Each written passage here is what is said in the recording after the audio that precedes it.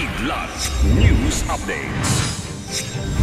Sa ating mga balita, Vice President Sara Duterte no-show sa ikalawang House inquiry para sa proposed 2025 OVP budget. Paglilipat kina Pastor Apollo Quiboloy sa Quezon City Jail, iniutos ng korte. LPA sa labas ng Philippine Area of Responsibility, isa ng tropical depression.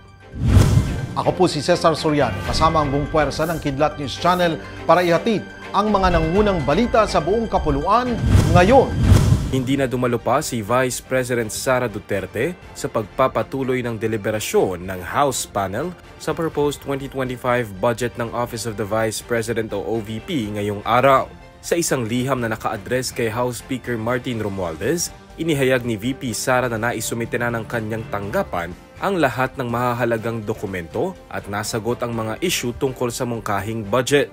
Tinidefer din umano nito ang discretion at judgment ng House Committee on Appropriations sa budget proposal ng OVP. Ipinadala ang liham kung kailan nakahanda na ang panel sa resumption ng House inquiry.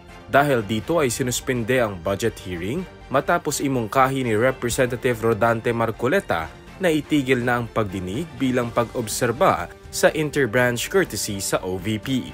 Pinagbotohan ng panel ang mosyon kung saan 45 ang tutol habang 3 ang sang-ayon na tapusin ang budget deliberation.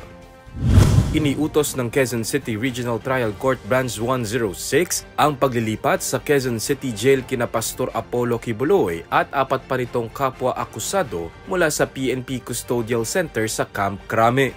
Sa court order na pirmado ni Presiding Judge Noel Parel, inutusan nito ang PNP Headquarters Support Service na i-transfer at i-commit si Quiboloy at Crescente Canada sa New Quezon City Jail sa Payatas Road.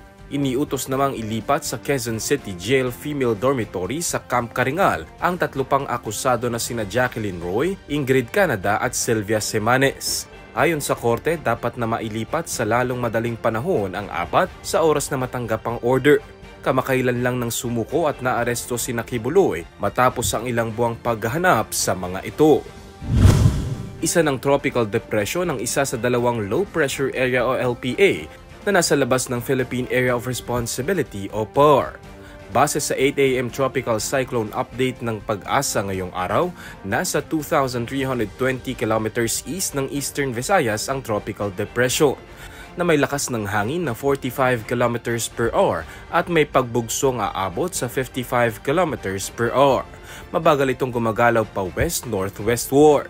Ang isa pang low pressure area na nasa hilaga ng Philippine Sea naman ay may posibilidad na mag-develop bilang isang tropical cyclone.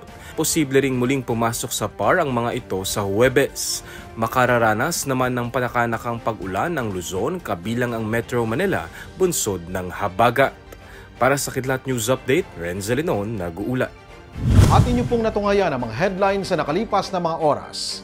Manatiling nakatutok para sa mga susunod na updates at breaking news. Ako po si Cesar Soriano, kasama nyo sa bawat pagputok ng balita.